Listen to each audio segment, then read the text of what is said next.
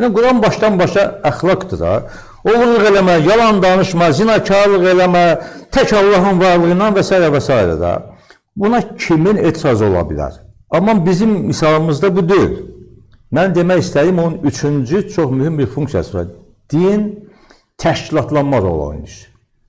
Özü də məscidlər vasitəsilə, cihad vasitəsilə təşkilatlanma. Və bütün dövlətlərdə də, istər Osmanlı olsun, istər Səfəvi dövlətində, dinin bu təşkilatlanma funksiyasından ağıllı hökmdarlar mütləq yararlanmalı ki, dövlət möhkəm olsun. Heç təsadüfi deyil də, o Əbu Suud Əfəndi falan, orada Osmanlıda vardı. Bizdə də, Səfəvilərdə də şiəlik artıq dövlətin dini ideologiyasından daha çox siyasi ideologiyası rolunu oynayırdı. Bu, dövləti bərkitmək üçün bir sement rolunu oynayırdı. Həm də bunun başqa bir məqsədi də vardı, siyasi məqsədi də vardı. Anadolu türkləri ki, axışıb gəlib Səfəvi dövlətini qoymuşdular. Məsələdə, indi yapın 700 min üzvü var da. Hamısına vəzifə çatmayıb ki, indi bunların içində də narazılar var da. Anadoludan gələn türklərin də içində narazılar vardı. Onlar da bir çox hallarda qayıdıb gedirdilər Anadoluya, Osmanlıya qayıdırdılar. Bunların qarşısını almaq üçün bir ideoloji cəbhələşmə yaratdı Şah İsmail. Artıq burada gəldi. Məzhəb məsələsi mi? Necə? Məzhəb məsələsi mi çıxdı? Bəli, məzhəb, yəni ideoloji cəbhələşmə yarandı ki, artıq burada gəlib, şiələşmiş, Osmanlı sünnizminə qarşı bir növ belə rəqib halına gəlmiş insanlar... Doğruydu əslində. Bax, bugün ən çox ciddi müzakirə olunan mövzu elə o məzhəb məsələsidir. Doğru addım mıydı mı sizcə? Cümləmi qutarım, cavab buyurun. Yəni, bir də bunlar geri qayıtmasın. Ora yolu da uçurumdur. Və artıq ora geri qayıtmasın. Bu dövləti bir də tərk edib ora qayıtmasın. Əlbəttə, məzhəbçiliyə mən doğrudur deyə bilmərəm. Doğru deyil. Məzhəbçilik yaxşı olardı ki, yəni dini məzhəblərə bölməsinlər. Amma bu xristianlıqda da var, hər yerdə də var. Yaxşı hal deyil. Amma dediyim kimi, bunu hansı məqsədə xidmət edirdi, bunun mən səbəbini deyim. Amma axı məzhəbçilik təkcə Səfəvidə yox idi. Elə Sultan Səlim 1514-cü ildə Çaldırana gələndə 40 min şiə kişisini qılıncdan keçirmişdi. 40 min Zaman xan. 40 min nəzərə alın ki, o vaxtı kəndlər indi kimi böyük deyildi də. Elə müfəssəl dəftərlərə götürsünlər, baxsınlar da Osmanlıların tərtib edir müfəssəl dəftəri. Azərbaycan ərazilər üzrə 16-cı əsrin əvvəlində, bir də 18-ci əsrin 20-ci illərində müfəssəl dəftərlər təşkil olunub. Orada, bax, kənddə, Zaman xan, 10 kişi, 15 kişi vardı kənddə də. Təsəvvür edin ki, 40 min kişini qılıncdan keçirdilər. Bu, yəni, təbii 4000 kənd deməkdir. 4000 kəndə Anadolunu bir yan qoymuşdu. Nə qədər insanları qırmışdı. O quyucu Mehmet Paşa deyirlər. Özə Serbi idi. Devşirmə Serbi idi. İnsanları qırıb çatır deyə, deməli o Sivas tərəfdən, Konya tərəfdən düşmüşdü, soruşmuydu, günahı var. O Cəlali üsyanlarının qarşısını alırdı, yatırdı da. Soruşmurdu ki, burada bunun günahı var yoxsa yox deyə. Hamısını qırırdı. 17-ci əsrin əvvəllərində, elə Sultan Səlim gəlməmişdən qabaq. Bu, ehtimal edir ki, ehtimal edir, ha. Yəni, belə 37-ci illərdə o Stalinləri tədbirlər kimdir. Hələ bu cinayət eləməyib.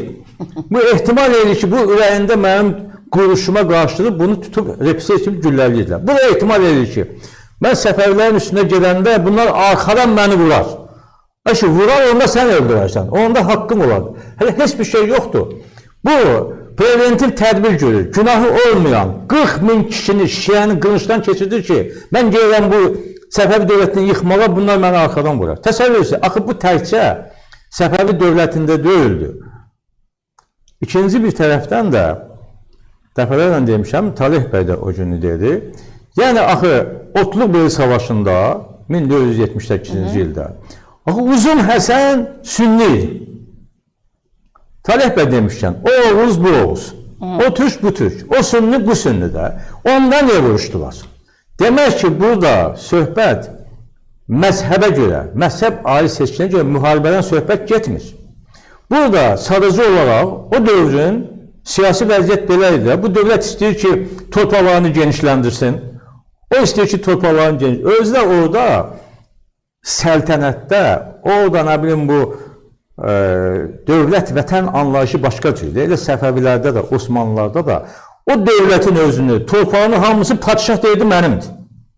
Hamısı mənimdir. Yəni burada vətən bu mülki, deyək ki, Turandır, nə bilim, mülki İran söhbəti yoxdur. Hamısı mənimdir, səltənətdir. Onca hamısı istəyir ki, öz mülkünü, səltənəti genişləndirsin. Dava bunun üstündədir. Yaxşı, Əmir Teymur Sünni, Toxtamış Sünni. Əmir Teymur Sünni, İldırım Bəyazı Sünni. Bunlar nə bir-biri qırırdı? Burada da Sünni şiə məsələsi var idi. Vallahi hamısı boş-boş şeylərdir. Yəni Şah İsmailə çamur atmaq üçün indinin gözündən durub, 2026-cı ildə durub, Doğru. 1500-cü ildə, 500 il bundan qabaqçı dövrə, bunlar indiki, nə bilim, dünya nizamını, beynəlxalq vəziyyəti, qayda qanunu tətbiq eləməkdə bu sadəcə olaraq korluqdur, korluq. Dediyim kimi, bu şeylərin hamısının əsasında İran türkləri arasında baş verən milli oyanışdan qorxuya düşən İran hökumətinin bax bu cür Mənsur Cavanşirin əli ilə ortaya atdığı bu qatma qarşılıqdır ki, Aydındır. Deməli, burada mən rəylərə də baxıram, əziz tamaşaçılar. 300-dən çox insan var canlı yayımda. Tariximizə laqeyd qalmayın. Bəyənin ki, paylaşımlar da, yəni insanların qabağına da çox çıxsın. 108 cəmi bəyənməniz var. Amma 300 nəfər baxır. Mustafa yox. Deməli, burada kimi yazırdı? Kamil Səfərli yazır ki, tarix auditoriyalarda müzakirə, təbliğ, mütaliə, təbliğ olunmalıdır. Birbaşa canlı efirlərdə müzakirə olunmalı deyil. Bu hansı yanaşmadır, mən anlaya bilmirəm. Nəzərə alsın ki, bu da auditoriyadasındır. Bu da auditoriyadır və bəli, üstə gəldi bu daha maarifləndirici. Düşünəm, auditoriyada bir 50 adam ola bilər, oradan kənara çıxa bilməz. Amma burada bir halda ki, millətin doğrudan da marağındadsa da niyə biz bunu müzakirə edə bilmirik? Sizə yazırdılar, deməli ki, get əl yazmaların üstuna Şah İsmailin Vatikana yazdığı məktubların surətlərini oxu. Tədqiqatçı sizə deyilir. Mən ona toxundum da. Şah İsmail öz dövlətinin müdafiə qüdrətini artırmaq üçün Vatikana da yazar, İTə də yazar, burada da yazar. Bundan təbii nə var? Bu Zelenski bütün günü oturub Trump'a yazır ki, mənə Patriot raketlər. Osmanlı dövlətinin topu vardı, tüfəngi vardı. İndi Şah İsmail silah əldə etmək üçün heç bir xristiyandır deyə ona qalsa Osmanlı padşahlarının hamısının arvadı xristiyandır.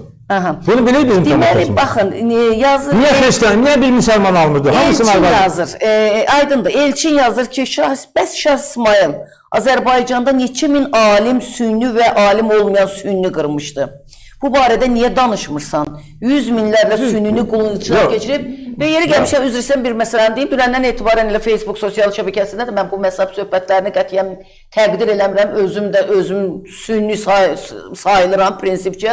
Amma mənim heç vaxt dilimə gəlmir. Biz nominal olaraq, başa düşün. Siz sünni, mən də şiə, biz nominal olaraq, simvolik olaraq. Bizdə axı o Sovet hökumətinin bir müsbət xüsusiyyəti oldu ki, gəldi bu sünni şəxs dini də biraz qadağan elədi. Elə o sizin bəyənmədiyiniz toyca da deyil. Yəni sünni şəxs məsələsini elə dinin özünə qadağan. O deyir ki, Sovet gəldi, sünni söhbət bizim Azərbaycanda, ən az Azərbaycanda elə bir söhbət yoxdur. Heç İranda da yoxdur. Vallahi yoxdur.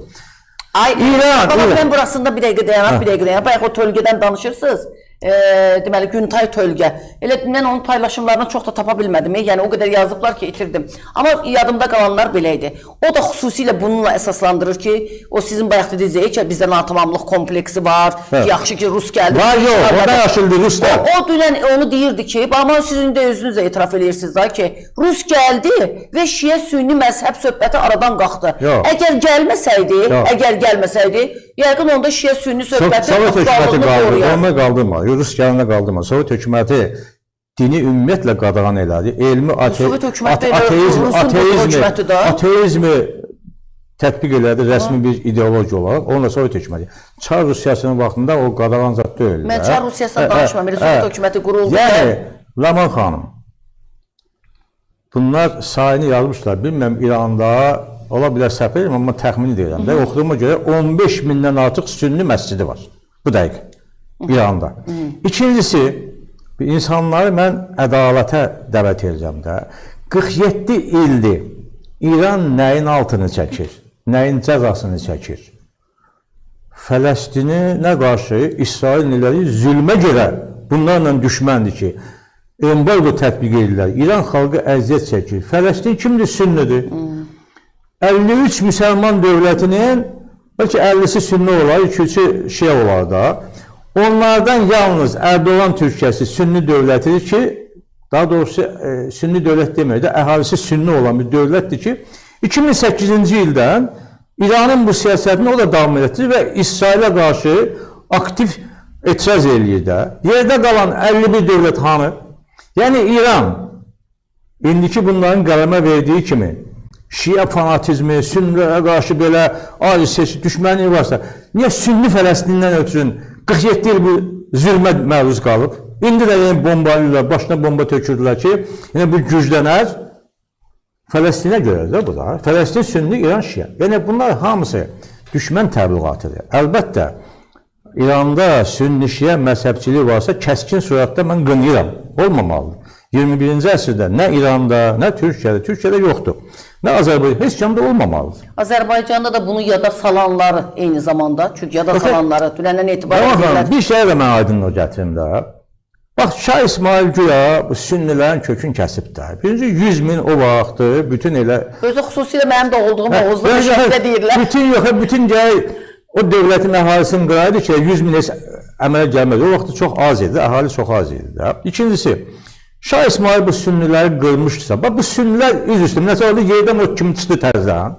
Əşi, belə bir şey yoxdur. Hətta bildiyimə görə səhv edəmirəmsə, o Güntay daha yaxşı bilər.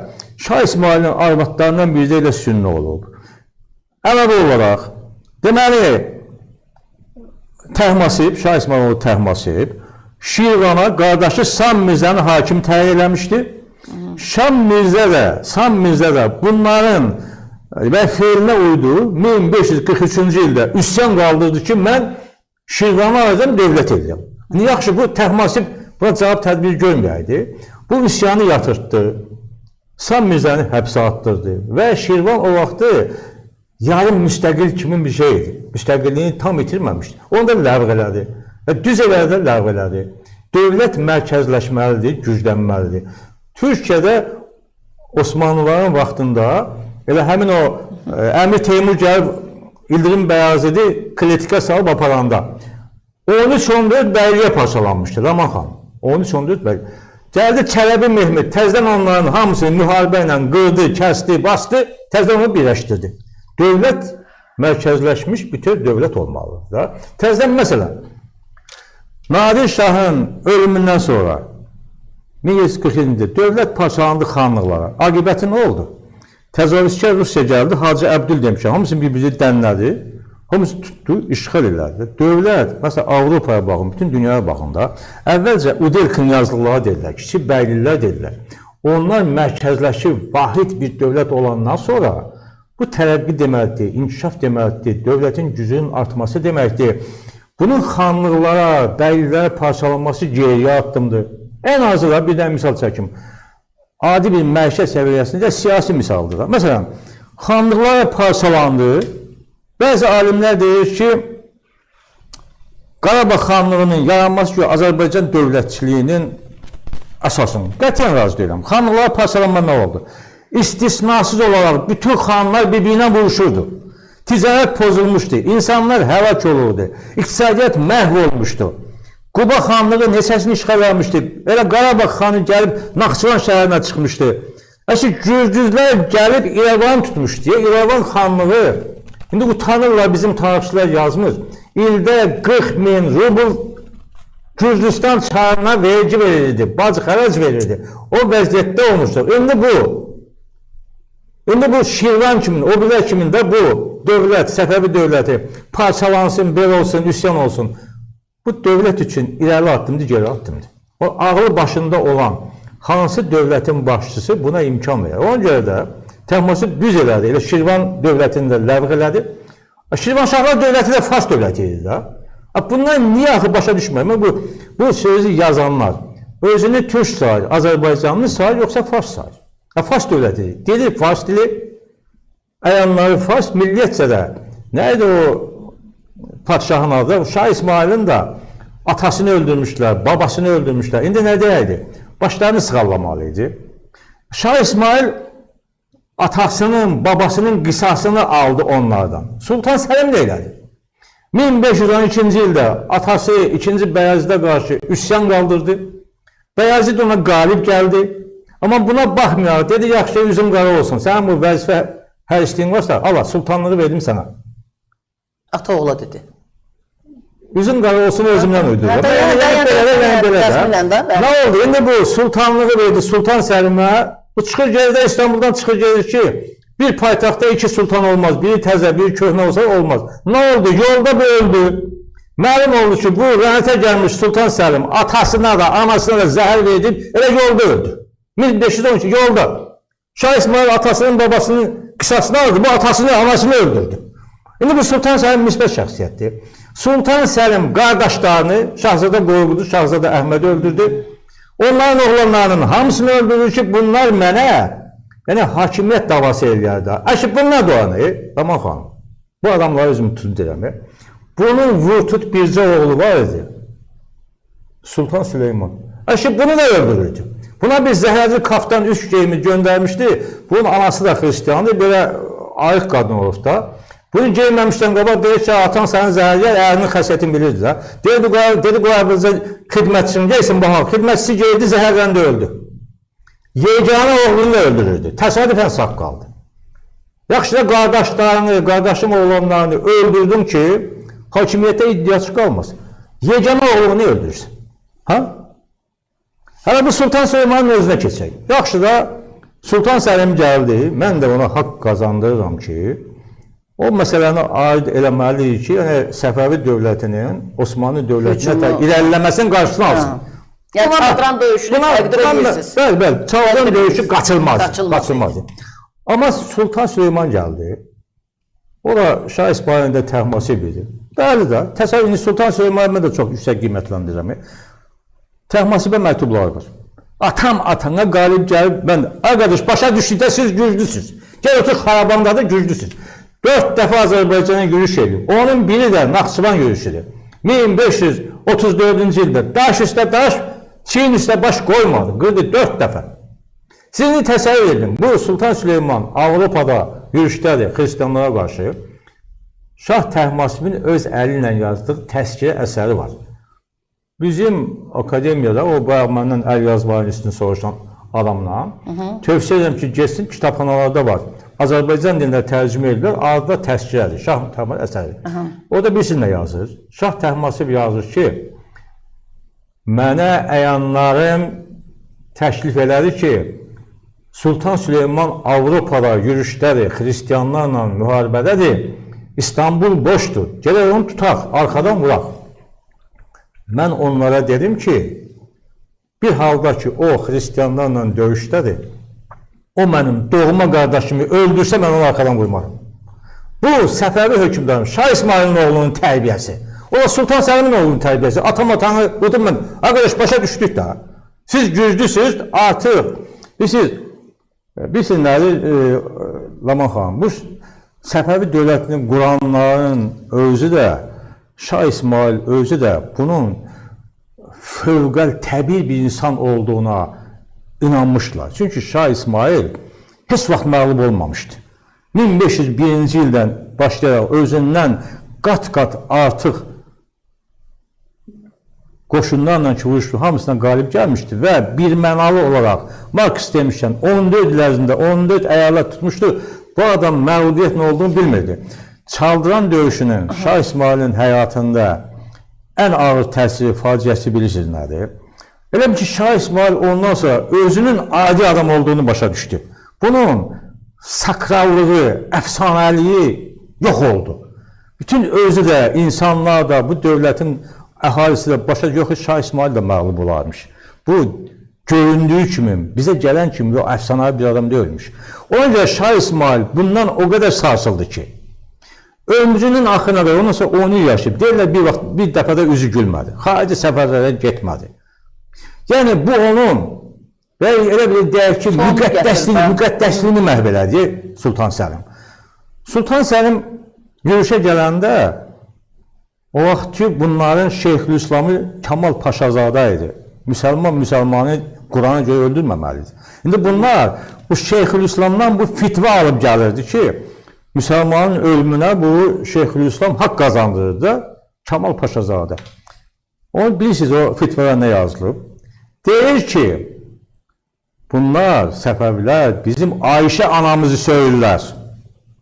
Bəhanələrdən biri burada. Biz gələk bunlar artıq müsəlman hamısını öldürməliyik, malları və qadınları bizə halaldır. Fitvada yazılıb. Yaxşılar, indi bu nadanlar, cahillər elə bizim dinimizi də, Peyğəmbərimizi də aşağılamaqdan əl çəkmirlər. Elə bu Güntayda 100 adamlarla, minlərlə, mən də onlardan dalaşmaqdan bezmirəm. Yazırlar. Bir, nə bilim bu, nadan, cahil, ərəb, filan, beşməkən, Peyğəmbərimizi də aşağılayırlar da, qardaşım da, yaxşı. Demişsən, ərəb vəhşidir, mədəniyyətsizdir. Ərəbin bir qızından ötürün. Bir Türk imperiyası gəlir, o bir Türk imperiyasının qızı, qınçdan keçirdir. Yoxsa, həmin siz adamlarsınız ki, buna ərəblərə pis baxırsınız, Peyğəmbərimizlə pisləyirsiniz də. Yəni ki, bunların hamısı mənasız söhbətlərdir.